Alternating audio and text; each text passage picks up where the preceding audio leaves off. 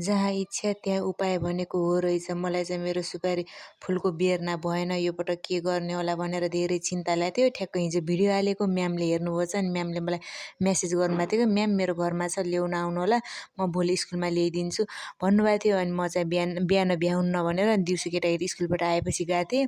अनि मेरो बाबु चाहिँ पहिला यहीँ मोन्टेसरीमा पढेको हो कि, अनि हामीहरू अहिले चाहिँ टाढा भए पनि यस्तै आत्मीयता चाहिँ सधैँ भइराखोस्। म्यामले मलाई सम्झेर बोलाउनु भयो, त्यसको लागि म्यामलाई धेरै धेरै धन्यवाद। अनि फुल कति धेरै हजारी सुपारी फुलको बेर्ना ल्याइदिनु भएको थियो। मैले अनि सासू मम्मीलाई पनि दिएँ, अनि उता छिमेकी आन्टीलाई पनि 2-4वटा बुटा दिएर आएँ। अनि मैले लगाएको छु।